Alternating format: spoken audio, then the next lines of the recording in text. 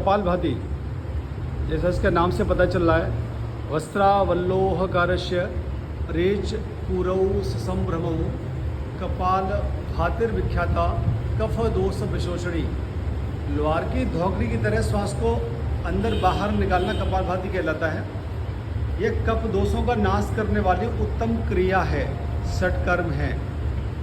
कपालभाति में श्वास को बार बार बाहर फेंक करके पेट को अंदर और बाहर होने की गति को ध्यान में रखना होता है। इसमें पीठ और गर्दन सीधे रहनी चाहिए और पीठ और गर्दन सीधे रखते हुए श्वास को नाक से बार बार बाहर निकालना है। दौरान इसके पेट की गति होगी, पेट अंदर बाहर मूव करेगा। इस प्रक्रिया को ऑब्जर्व करते रहना है जितना हो सके। कपालभाति।